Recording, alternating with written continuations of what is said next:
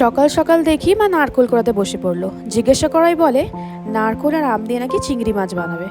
আবার সেই চিংড়ি মাছ, চলো দেখি কেমন করে বানায়। প্রথমে নারকোলটাকে কুড়িয়ে নেব, তারপর আমের খোসা ছাড়িয়ে আমটাকে ঘষে নিয়ে একটা মিক্সার গ্রাইন্ডারে নারকোল কোড়া, কয়েকটা লঙ্কা আর কালো সর্ষে নিয়ে নিতে হবে। আর ঘষে রাখা আমটা ঢেলে একটা পেস্ট বানিয়ে রেখে নেব।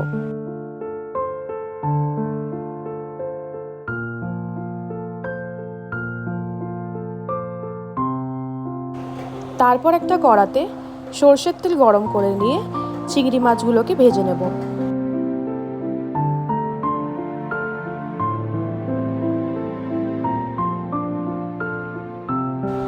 চিংড়ি মাছগুলো একটু লাল লাল করে ভেজে নেওয়ার পর সেই তেলেই কালো সর্ষে, 1 চামচ হলুদ গুঁড়ো, 1 চামচ কাশ্মীরি লঙ্কার গুঁড়ো আর বানিয়ে রাখা পেস্টটা ঢেলে দেবো।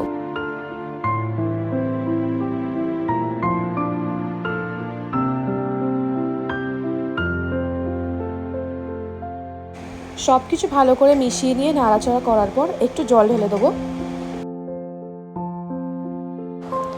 কিছুক্ষণ নাড়াচাড়া করার পর রঙটা যখন একটু হলুদ হয়ে আসবে, তার মধ্যে নুন আর চিনি দিয়ে আবার কিছুক্ষণ কষিয়ে নেব।